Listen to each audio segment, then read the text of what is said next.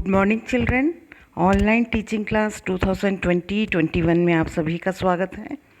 बच्चों, आज मैं व्याकरण के तहत उपसर्ग प्रत्यय पढ़ाने जा रही हूँ। सबसे पहले हम ये देखेंगे उपसर्ग क्या है।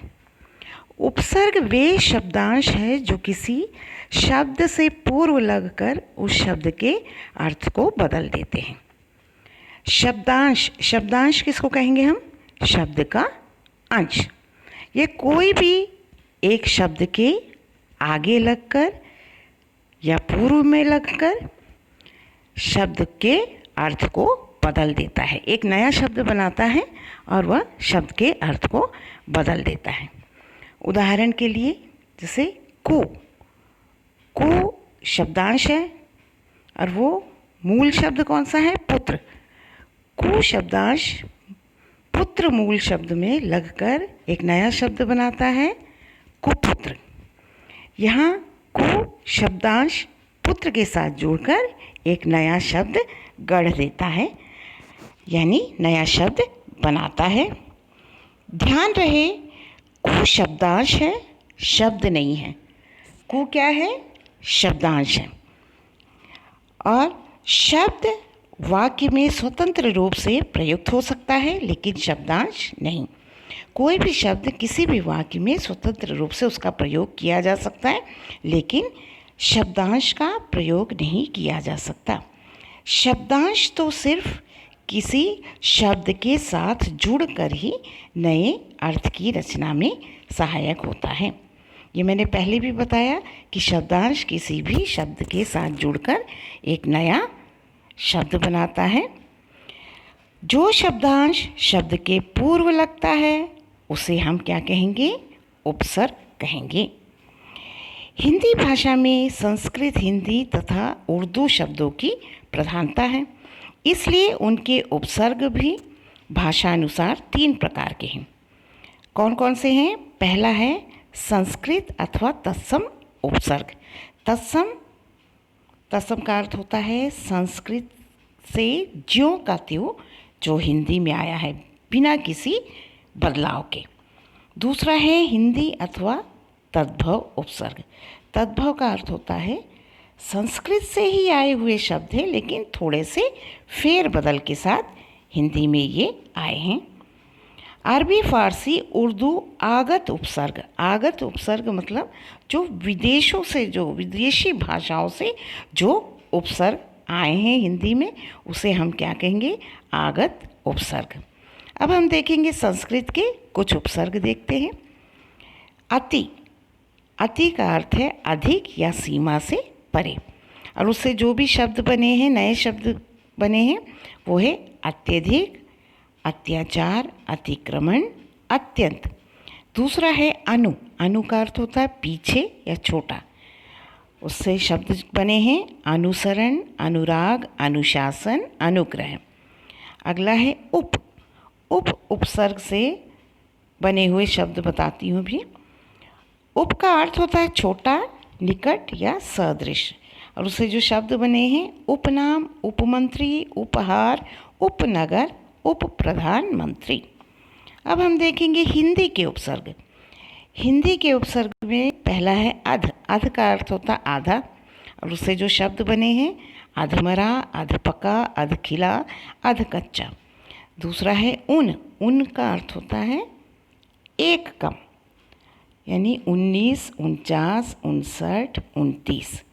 अगला है सु का अर्थ होता है श्रेष्ठ, और उससे जो शब्द बने हैं सुपुत्र, सुडौल, सुपात्र, सुयश।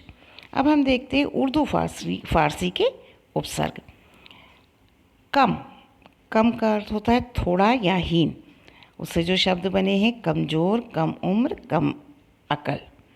दूसरा है खुश का अर्थ होता है अच्छा, और उससे जो शब्द बने खुशहाल, खुशकिस्मत, खुश नसीब।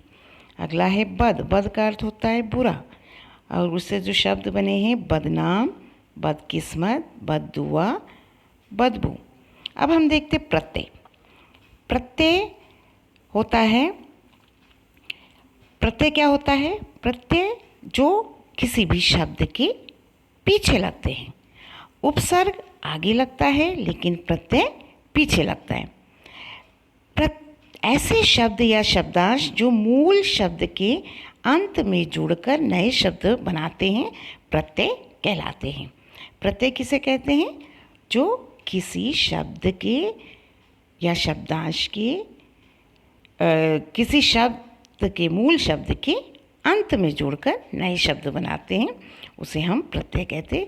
जैसे उदाहरण के लिए सरल, सरल एक शब्द है और उसमें ता प्रत्यय लगा दिए तो क्या बन गया? सरलता। प्रत्यय कभी भी स्वतंत्र रूप में अपना महत्व नहीं रखते हैं, किसी भी शब्द के साथ शब्दांश के रूप में जुड़कर जो है वो अर्थ देते हैं, एक नया शब्द बनाते हैं और एक नया अर्थ देते हैं। प्रत्यय के भेद है, प्रत्यय के दो भेद है, कृत प्रत्यय, तद्धित प्रत्यय। कृत प्रत्यय क्या है देखते हैं हम। जो शब्दांश क्रिया के मूल रूप यानी धातु से जोड़कर संज्ञा विशेषण आदि शब्द बनाते हैं, उन्हें हम कृत प्रत्यय कहते हैं। कृत प्रत्यय क्या है? जो शब्दांश क्रिया के मूल रूप यानी धातु के साथ जुड़कर संज्ञा विशेषण आदि शब्द बनाते हैं, उन्हें हम कृत प्रत्यय कहते हैं। कृत प्रत्यय से बने शब्दों को कृदंत कहते हैं। क्या कहते हैं? कृदंत। कृत प्रत्यय से बने शब्दों को हम कृदंत कहते हैं। जैसे लिख धातु में आवट शब्दांश जोड़कर हम उसको लिखावट बना सकते हैं, और लिख धातु में आई प्रत्यय जोड़कर लिखाई शब्द बनाए गए हैं। अब दूसरा है तद्धित प्रत्यय। जो शब्दांश धातु से भिन्न किसी अन्य शब्द के अंत में जुड़कर नए शब्द बनाते हैं, उन्हें तद्धित प्रत्यय कहते हैं। ऐसे शब्दांश जो धातु में न लगकर किसी अन्य शब्द के अंत में जुड़कर नए शब्द बनाते हैं, उन्हें हम तद्धित प्रत्यय कहते हैं। जैसे जादू, जादू से अगर जादू में हम लोग गर प्रत्यय लगाते हैं तो क्या बन जाता है? जादूगर। अच्छा में अगर ई प्रत्यय लगाते हैं तो क्या बन जाता है? अच्छाई। कृत प्रत्यय के कुछ उदाहरण हैं यहाँ। अन और अन प्रत्यय है, और स के साथ अगर हम अन प्रत्यय लगाते हैं तो सहन बन जाता है नया शब्द। अनीय प्रत्यय है, अगर उसको पठ धातु के साथ अनीय प्रत्यय लगाते हैं तो पठनीय हो जाता है। ईयल प्रत्यय है, अगर अड़ धातु के साथ यल लगा देते हैं तो अड़ियल बन जाता है। ई प्रत्यय है, झिड़क के साथ अगर ई लगाते हैं तो झिड़की बन जाता है। उसके अलावा आन प्रत्यय यानी उड़ के साथ अगर हम आन प्रत्यय लगाते हैं तो वो उड़ान बन जाता है। तो ये कृत प्रत्यय के उदाहरण थे जो धातु के साथ जुड़कर नए शब्द बनाते हैं, नया अर्थ देते हैं। अब हम देखते हैं तद्धित प्रत्यय के कुछ उदाहरण। तद्धित प्रत्यय जैसे आ है, अगर प्यार में अगर आ प्रत्यय लगाते हैं तो प्यारा बन जाता है। आई प्रत्यय है, भला के साथ आई लगाते हैं तो भलाई बन जाता है। या प्रत्यय है, रसोई के साथ या प्रत्यय लगाने से रसोईया बनेगा। इत प्रत्यय है, अपमान के साथ इत लगाएंगे तो अपमानित शब्द बनेगा। नी प्रत्यय है, चांद के साथ नी प्रत्यय लगाते हैं तो चांदनी बन जाता है। अब कुछ अरबी फारसी के प्रत्यय हैं। इसमें है ईयत, अगर इंसान मूल शब्द के साथ ईयत प्रत्यय लगाते हैं तो इंसानियत बनेगा। तर प्रत्यय दिया हुआ है, अगर ज़्यादा मूल शब्द के साथ तर प्रत्यय लगाते हैं तो ज़्यादातर हो जाएगा। दार प्रत्यय दिया गया है, अगर हिस्सा मूल शब्द हिस्सा के साथ दार लगाते हैं तो हिस्सेदार होगा। गार प्रत्यय दिया हुआ है, अगर मदद के साथ गार प्रत्यय लगाते हैं तो मददगार होगा।